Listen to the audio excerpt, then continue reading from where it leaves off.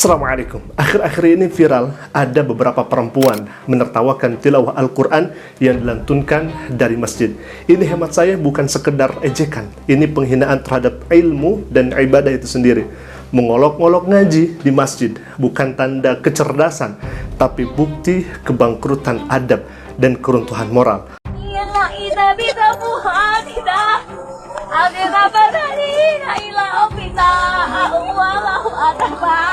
Al-Quran jelas diturunkan oleh Allah Subhanahu wa Ta'ala sebagai petunjuk hidup yang nyata, bukan malah ditertawakan. Ini penghinaan terang-terangan terhadap wahyu Tuhan semesta alam.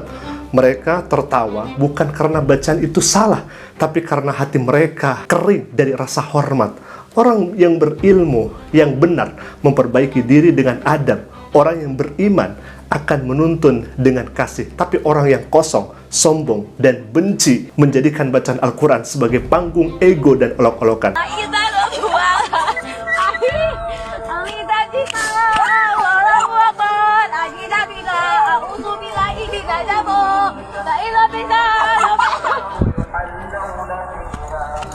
Sejatinya mereka bukan menertawakan Al-Quran, tapi mereka sedang menertawakan dirinya sendiri. Mengolok-olok ngaji, memelesetkan bacaan, lalu menertawakannya. Siapapun pelakunya adalah pelanggaran adab. Ini bukan dialog lintas iman, ini penistaan ruang suci umat Islam itu sendiri. Rumah ibadah bukan panggung ejekan. Menghormati ibadah orang lain adalah pondasi hidup bersama. Ketika pondasi ini diinjak, yang retak bukan hanya akhlak pelaku, tapi juga kedamaian sosial bagi lingkungan masyarakat setempat, bahkan bisa jadi untuk seluruh umat. Jika tak mampu menghormati, menyingkirlah, tak usah mengganggu dan mengolok-olok, karena itu sedikit pun tidak ada guna. Kedewasaan beragama diukur bukan dari seberapa kerasnya tertawa, tapi seberapa kuatnya menahan diri supaya tidak melukai dan menyakiti keyakinan di luar kepercayaan Anda.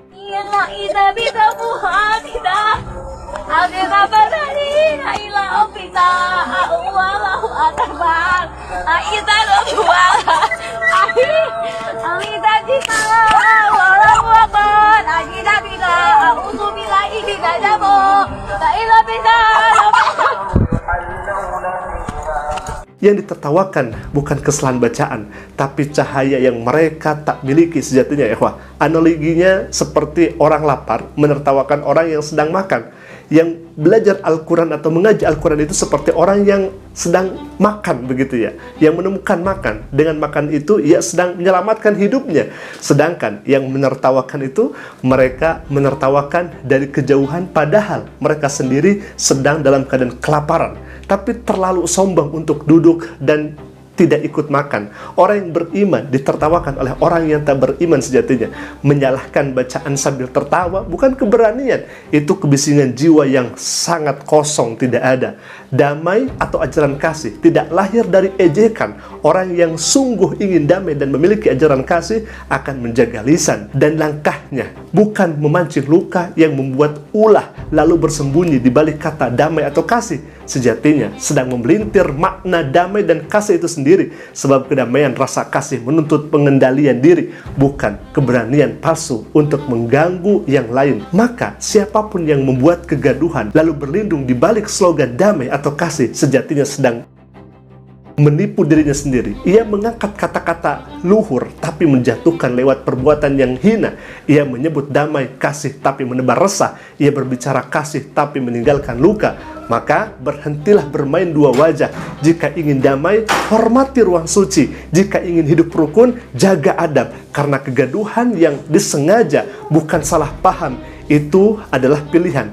Bersama dua teman saya yang disaksikan tokoh agama, staf kantor urusan agama Kecamatan Leksula, pemerintah Desa Leksula. Dan ini saya Adel Melisa Salo dan teman-teman meminta maaf yang sebesar-besarnya kepada umat muslim di Indonesia, di Kabupaten Buru Selatan, khususnya di Desa Nambesi, atas postingan di Facebook adalah spontan dengan mengikuti pengajian Al-Quran dan sholawatan yang diikuti dari tua masjid. Bukanlah maksud untuk menista agama lain, tapi secara spontan. Sekali lagi saya mohon maaf yang sebesar-besarnya.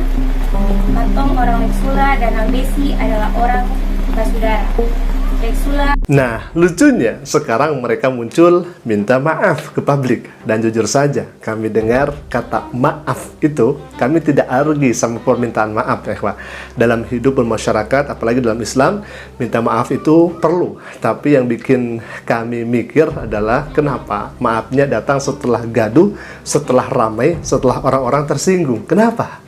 Soalnya begini ya, Pak. Kalau misalkan dari awal memang niatnya hidup damai dan pegang ajaran kasih, kejadian itu tidak akan pernah ada. Tidak ada cerita masjid dijadikan bahan bercanda, tidak ada bacaan ngaji yang diplesetkan sambil ketawa. Jadi wajar kalau misalkan orang bertanya, ini maaf karena sadar atau maaf karena ketahuan. Minta maaf itu bukan puncak, tapi awal. Awal untuk belajar jaga lisan, awal untuk paham batas, awal untuk sadar bahwa rumah ibadah apapun agamanya bukan tempat uji nyali, bukan tempat konten, bukan tempat cari hiburan, bukan tempat untuk mengolok-ngolok. Tapi kalau besok lusa kejadian serupa terulang, berarti yang salah bukan lidahnya, tapi cara berpikirnya. Nah, sahabat Asik Ngaji, video ini mengingatkan kita semua bahwasanya kadang-kadang umat Islam itu diuji dengan hal yang semacam ini.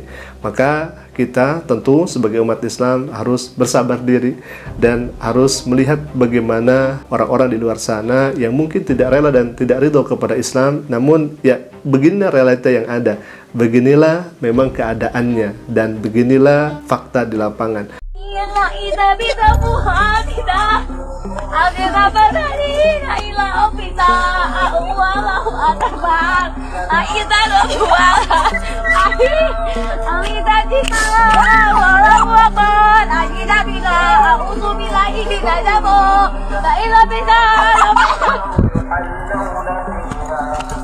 Maka kita sibukkan diri untuk memperdalam ilmu agama, sibukkan diri untuk memperdalam keilmuan dan hasanah keislaman. Tatkala ada orang-orang yang semacam ini, kita serahkan ke penegak hukum, biar hukum yang berbicara, adapun kita sibukkan dengan ilmu-ilmu yang bermanfaat tentunya. Baik, semoga ini menjadi pelajaran untuk kita semua dan pelajaran bagi orang-orang berikutnya. Dan satu lagi catatan, wabil khususnya kepada orang-orang yang melakukan hal semacam ini, melakukan kenaifan yang sangat nyata, maka tunggu Anda, kalaupun misalkan bebas di dunia ini tanpa ada hukum, maka ada hukum di akhirat yang akan adil, bahkan bukan adil, akan lebih adil lagi, karena yang menghukum atau menghukumi bukan manusia, tetapi Tuhan itu sendiri. Alhamdulillah, mungkin itu yang bisa kami sampaikan, semoga bermanfaat. Aku qouli hadza, sekali lagi jadikan pelajaran untuk kita semua, tentunya pelajaran agar kita tidak melakukan hal yang naif, yang bodoh seperti ini. Aku qouli hadza, Assalamualaikum warahmatullahi wabarakatuh.